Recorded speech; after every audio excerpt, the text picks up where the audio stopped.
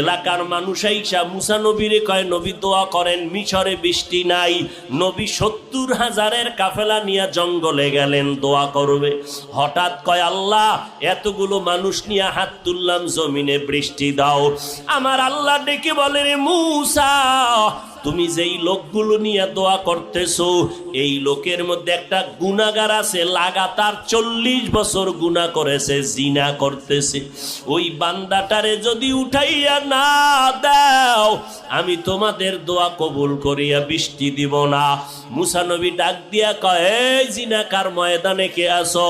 লাগাতার ৪০ বছর গুনাহ করতেছো রে নাফরমান।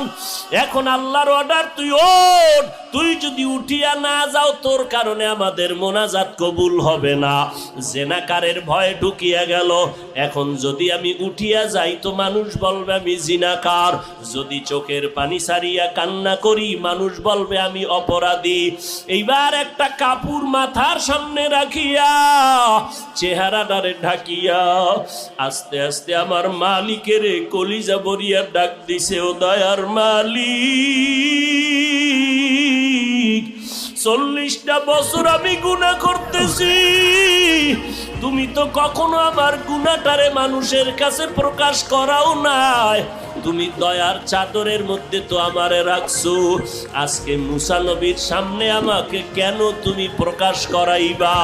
ও আল্লাহ, তওবা করলাম, আর গুনাহ করব না, জীবনে আর গুনার কাছেও যাব না রে আল্লাহ, তুমি আমারে দয়া করিয়া মাফ করিয়া দাও। এবার হঠাৎ করে মুসা নবী দেখতেছে আকাশটা মেঘাচ্ছন্ন, বৃষ্টি পড়াও শুরু হয়ে গেল। মুসা নবী বলেন, আল্লাহ আপনি যাকে উঠতে বললেন সে তো উঠে নাই, আবার বৃষ্টি দিলেন কেন? আল্লাহ বলে, রে মুসা, যার কারণে বলছি বৃষ্টি দিব না, তার কারণেই জমিনে বৃষ্টি দান করলাম। আল্লাহর নবী বলেন, তা কেমন করে? আল্লাহ বলে, মুসা তুমি কি জানো না আমার একটা নাম গফফার, আমার একটা নাম সত্তার, আমার একটা নাম রহমান। ওরে গুনার পাহাড় নিয়েও যদি কোনো বান্দা একটু ডাক দেয় মালিক, ও আল্লাহ তুমি আমারে মাফ করিয়া দেয়।